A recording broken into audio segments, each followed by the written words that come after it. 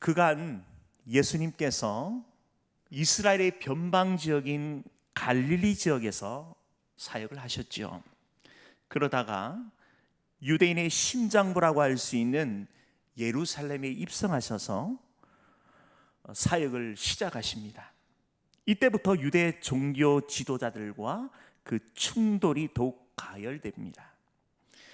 유대인들의 상징과도 같은 성전에 들어가 장사치들을 물리치시고 정하신 사건은 그들에겐 충격 그 자체였죠.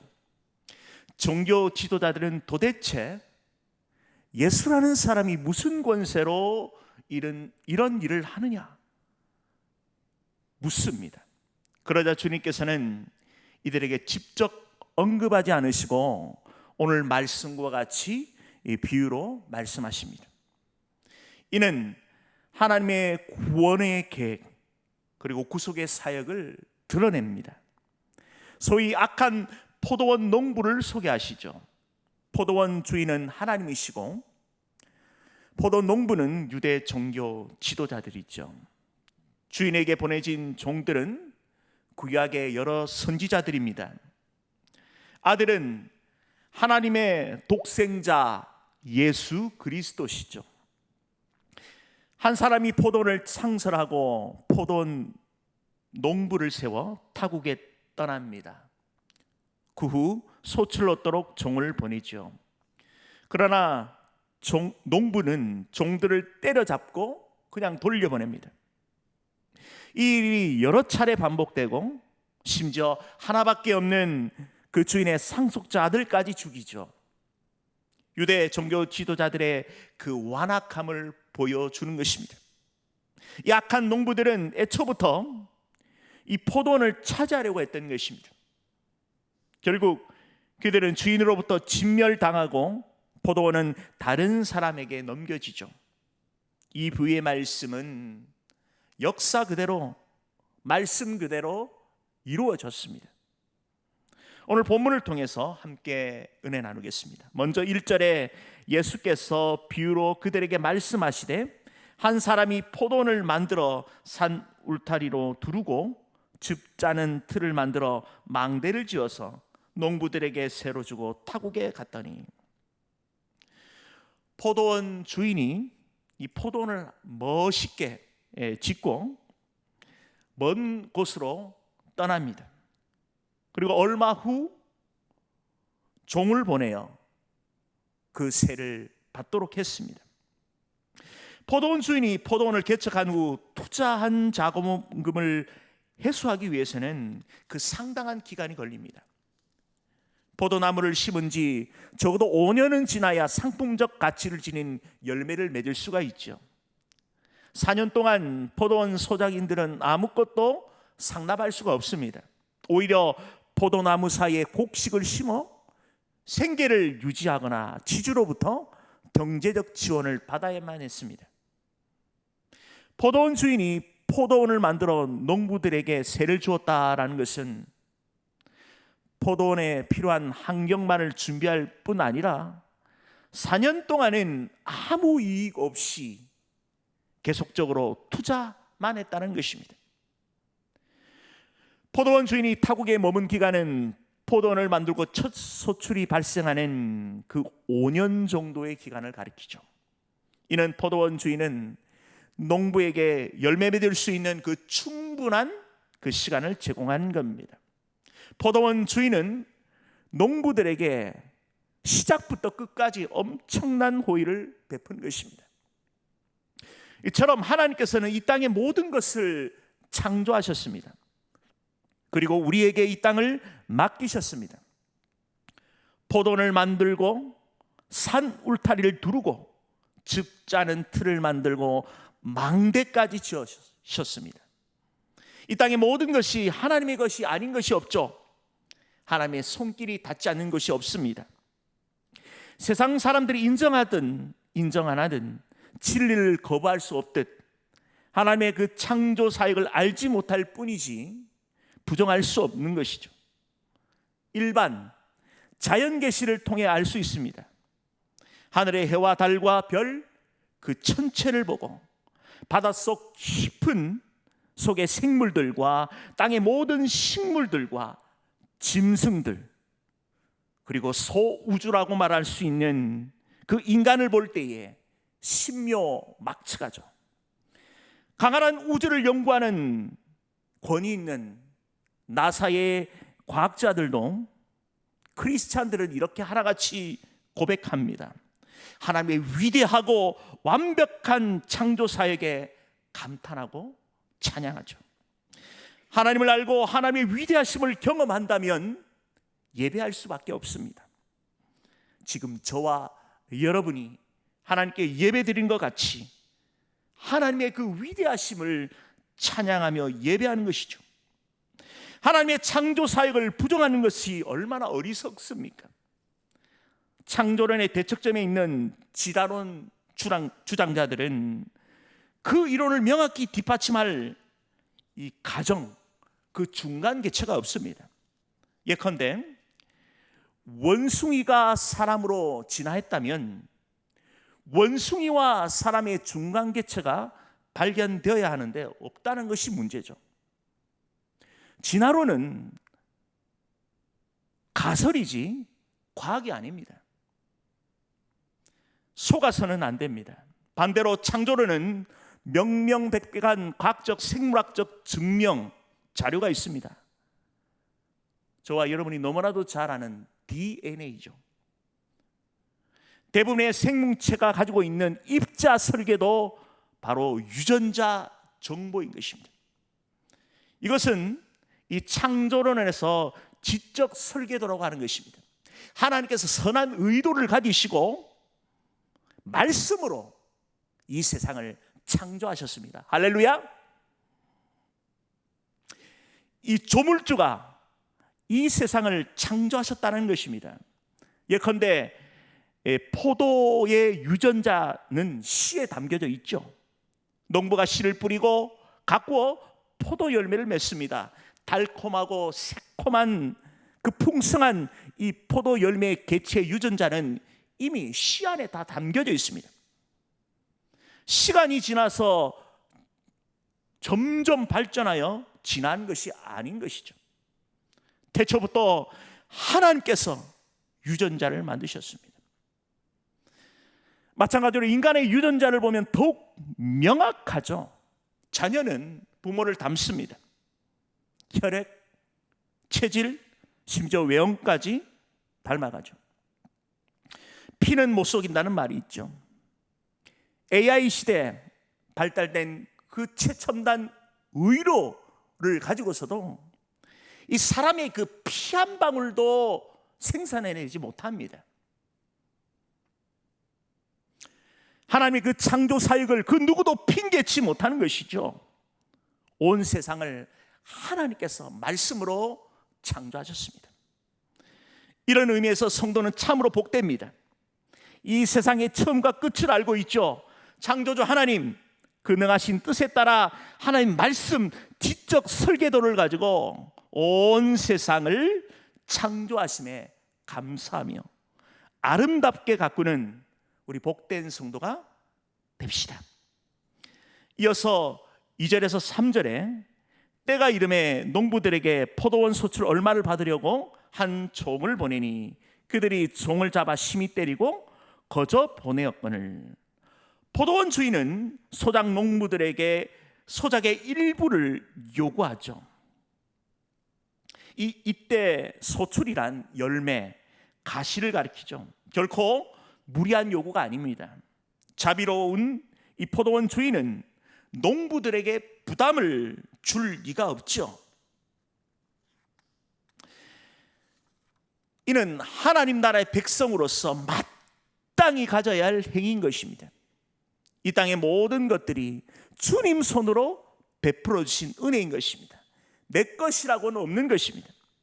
성도가 하나님께 드리는 편의상 사용하는 것이지 적절하지 않습니다. 나의 유용무용의 모든 것이 하나님께서 주신 것이기에 그 전부를 드려도 당연한 것이지만 극히 일부를 구별하여 드린 것이죠. 하나님의 축복을 인정하는 것입니다. 나는 하나님의 그 존귀한 권속으로 이 땅에 나에게 맡겨준 것들에 대한 그 청지기적 사명을 가지고 서야 하는 것입니다. 하나님의 것을 하나님 것으로 드릴 줄 아는 복된 인생을 살아야 하는 것입니다. 이 원리를 기억하며 하나님께 자원하여 기쁨으로 드리는 복된 인생이 되시길 소원드립니다. 이처럼 포도원 주인은 아낌없는 자비로 극히 일부의 것을 요구하시죠. 그러나 악한 농부들은 그 종을 때리고 빈손으로 보냅니다. 4절과 5절에 주인은 3번씩이나 종을 보냅니다. 여전히 종들을 상하게 하고 쫓아내죠. 악한 농부들은 살기가 등등해져 가격한 행동도 있었습니다. 보통 이쯤 되면 주인은 이 포도 농부를 불러다 엄히 벌하고 내쫓김을 당했을 것입니다. 그러나 이 비유에서 드러난 포도원 주인은 하나님 마음을 대변하는 것이죠. 오랜 인내와 사랑과 자비하심으로 참고 또 인내하셨습니다. 구약에 드러난 하나님의 사랑과 그 인내와 깊이와 넓이를 우리가 다 알 수가 없는 것이죠. 신약보다 구약의 분량이 더 많은 이유도 하나님의 마음이 읽혀지는 것입니다. 완악한 이스라엘 향해 또 참고 인내하시며 선지자를 보내시죠. 또 선지자를 보내십니다. 결국에야 말라기 선지자까지 파송하시죠.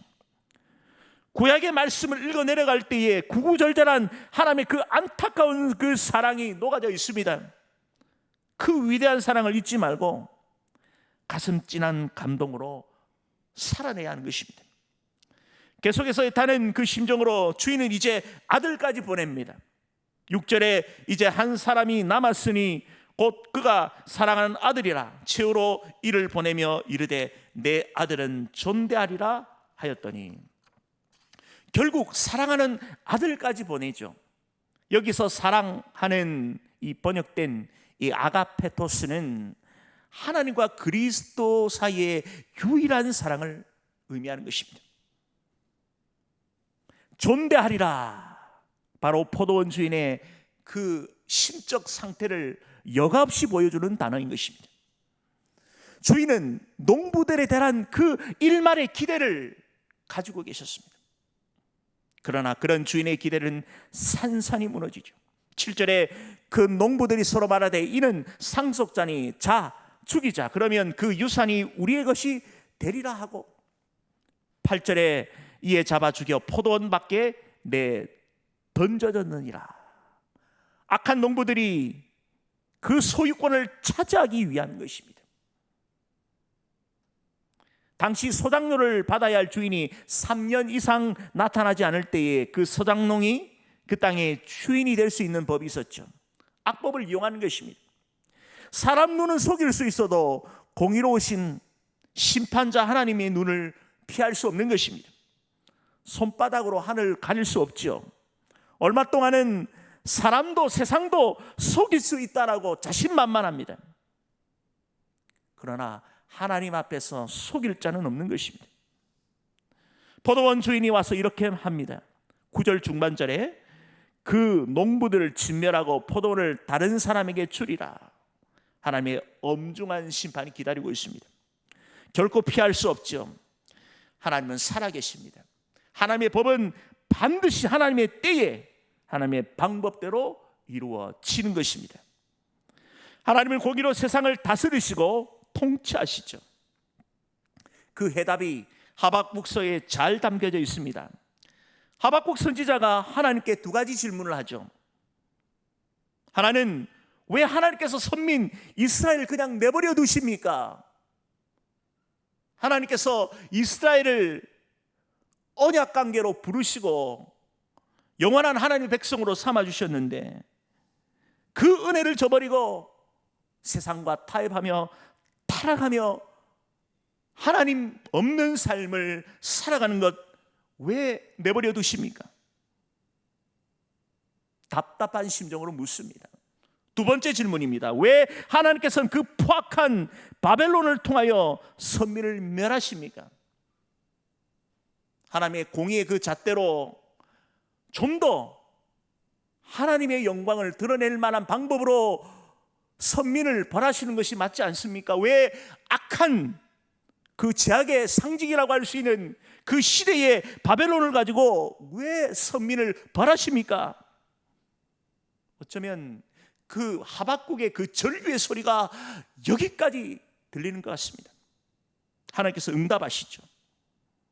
선민과 세상 모두 그 악을 정할 때에 반드시 심판할 것이다. 하나님의 절대 공의를 끝까지 신뢰하는 그 의인을 통해 반드시 구원할 것이다. 그리고 결정적인 하나님의 대답을 주십니다. 하박국 2장 4절 하반절에 의인은 그 믿음으로 말미암아 살리라. 우리 한번 고백해 볼까요? 의인은 그 믿음으로 말미암아 살리라. 의인의 삶을 살아가면 되는 것입니다. 불법, 혼란, 점점 가중되는 시대를 살아가는 하나님의 백성의 그 물음에 대한 하나님의 선명한 메시지죠. 성도는 언제나 하나님의 절대 공의를 굳게 믿고 의인의 삶을 성실히 살아가면 되는 것이죠. 계속해서 10절에서 11절에 너희가 성경의 건축자들이 버린 돌이 모퉁이의 머릿돌이 되었나니 이것은 주로 말미암아 된 것이요 우리 눈에 놀랍도다 함을 읽어보지도 못하였느냐 하시니라. 이는 시편 118편 22절을 인용하는 것이죠. 예수님이 비록 유대인에 의해 버림받았지만 그 십자가 사건을 통해 구속의 역사를 성취하실 것이라는 예언의 말씀이죠. 본문의 비유와 같이 유대인들이 주님을 배척했지만 예수 그리스도께서는 교회의 머릿돌이 되셨습니다. 악한 농부들, 유대 종교 지도자들, 세상은 하나님의 독생자 예수 그리스도를 십자가에 못 박혀 죽였지만 3일 만에 다시 살아나셔서 영원토록 우리와 함께 하시는 만왕의 왕, 만유의 주가 되셨습니다. 이어서 12절에 그들이 예수의 이 비유가 자기들을 가리켜 말씀하신 줄 알고 잡고자 하되 무리를 두려워하여 예수를 두고 가니라. 그들은 두려워합니다. 빛이 비추면 어둠은 알아서 물러가게 되는 것입니다. 악인들은 진리 앞에 떨게 됩니다. 바로 하나님의 심판이 다가오기 때문이죠.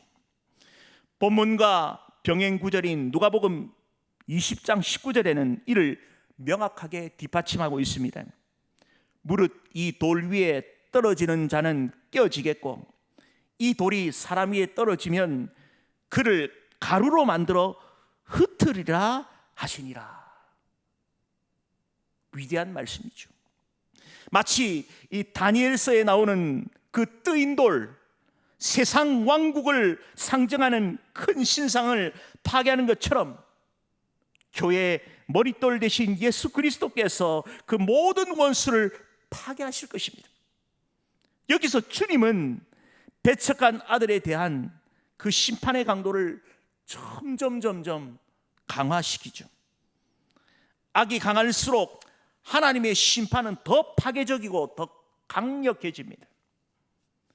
예수님을 거절한 부류는 깨어지는 정도로 끝나지만 극심한 대적자들은 가루가 되어 먼지가 되어 흔적도 없이 날아가는 것입니다. 사라지는 것입니다. 하나님의 엄중한 심판이 있는 것입니다. 오늘 말씀을 통하여 두 가지를 기억합시다. 하나는 하나님께서는 세상을 말씀으로 창조하시고 공의로 다스리시고 심판하신다는 것이죠. 창조주 하나님을 찬양합시다. 온 우주를 말씀으로 하나님의 선하신 뜻은 바로 지적 설계대로 완벽하게 창조하셨습니다. 그 누구도 핑계치 못하는 것이죠. 온 세상을 공의로 세상을 심판하십니다. 하나님의 절대 공의를 전적으로 신뢰하는 믿음의 삶을 살아갑시다. 악인이 건재하고 온갖 불법과 혼란의 시대를 살아가고 있습니다. 답답하고 원통할 때가 있죠. 새벽에 기도할 때에 하나님 나라 또 이 민족을 위한 기도하실 때 신음소리를 내시는 그런 우리 성도님들의 그 고귀한 기도를 듣습니다. 얼마나 가슴 아픕니까? 그러나 하나님의 때에 신원하여 주실 줄 믿습니다.